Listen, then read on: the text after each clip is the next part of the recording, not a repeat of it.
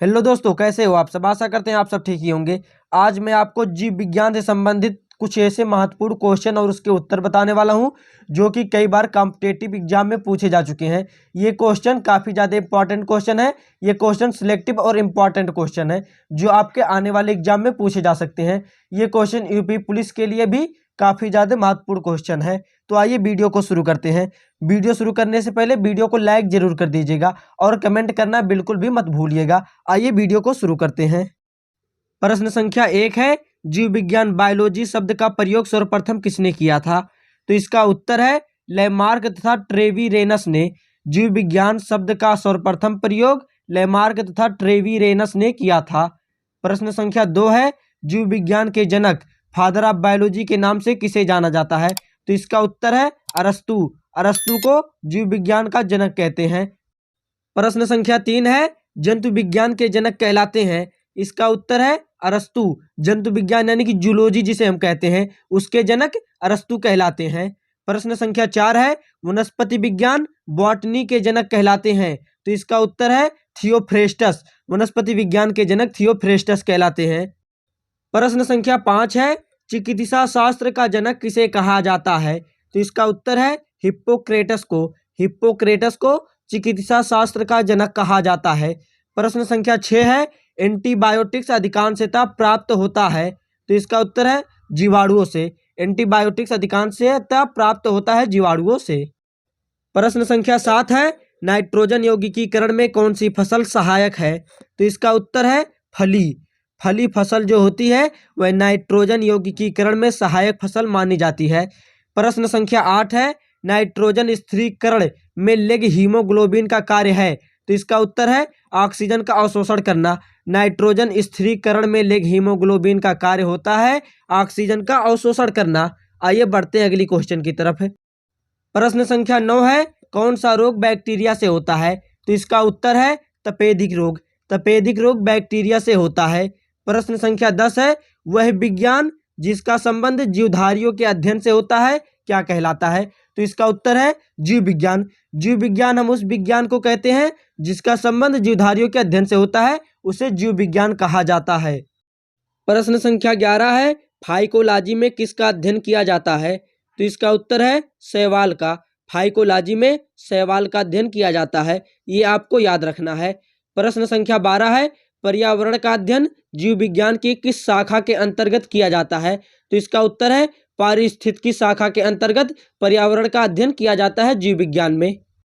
प्रश्न संख्या 13 है, तपेदिक यानी कि टीबी उत्पन्न करने वाला जीवाणु है। तो इसका उत्तर है माइक्रोबैक्टीरिया। माइक्रोबैक्टीरिया जो है वह तपेदिक उत्पन्न करने वाला जीवाणु है जिसे हम टीबी कहते हैं। प्रश्न संख्या 14 है, इक्सोबायोलॉजी में किसका अध्ययन किया जाता है। तो इसका उत्तर है बाह्य ग्रहों तथा अंतरिक्ष में जीवन का अध्ययन किया जाता है इक्सोबायोलॉजी में। प्रश्न संख्या 15 है, पुष्पों का अध्ययन कहलाता है। इसका उत्तर है एंथोलॉजी। पुष्पों का अध्ययन एंथोलॉजी कहलाता है। प्रश्न संख्या 16 है, कीटों का अध्ययन कहलाता है। इसका उत्तर है एंटमोलॉजी। कीटों का अध्ययन एंटमोलॉजी कहलाता है। प्रश्न संख्या 17 है, ऑस्टियोलॉजी में अध्ययन किया जाता है। इसका उत्तर है अस्थियों का। ऑस्टियोलॉजी में अस्थियों का अध्ययन किया जाता है। ये क्वेश्चन कई बार कॉम्पिटिटिव एग्जाम में भी पूछा जा चुका है। ये क्वेश्चन काफ़ी ज़्यादा इंपॉर्टेंट क्वेश्चन है। Question number 17। अगर आपको वीडियो पसंद आ रही हो तो वीडियो को लाइक जरूर कर दीजिएगा। आइए बढ़ते हैं अगली क्वेश्चन की तरफ। प्रश्न संख्या 18 है, कोशिका का अध्ययन कहलाता है। इसका उत्तर है साइटोलॉजी। कोशिका का अध्ययन साइटोलॉजी कहलाता है। प्रश्न संख्या 19 है, कवकों का अध्ययन कहलाता है। तो इसका उत्तर है माइकोलॉजी। कवकों के अध्ययन को माइकोलॉजी कहते हैं। प्रश्न संख्या 20 है, विषाणुओं के अध्ययन को कहते हैं। इसका उत्तर है वायरोलॉजी। विषाणुओं के अध्ययन को वायरोलॉजी कहते हैं। प्रश्न संख्या 21 है, लाइकेंस के अध्ययन को कहते हैं। इसका उत्तर है लाइकेनोलॉजी। लाइकेंस के अध्ययन को लाइकेनोलॉजी कहते हैं। प्रश्न संख्या 22 है, फलों के अध्ययन को क्या कहते हैं।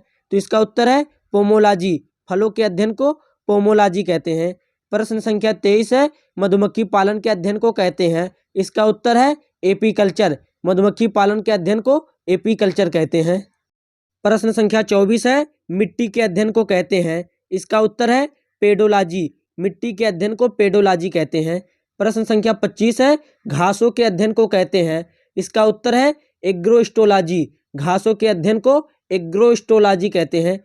प्रश्न संख्या 26 है, रक्त के अध्ययन को कहते हैं। इसका उत्तर है हिमेटोलॉजी।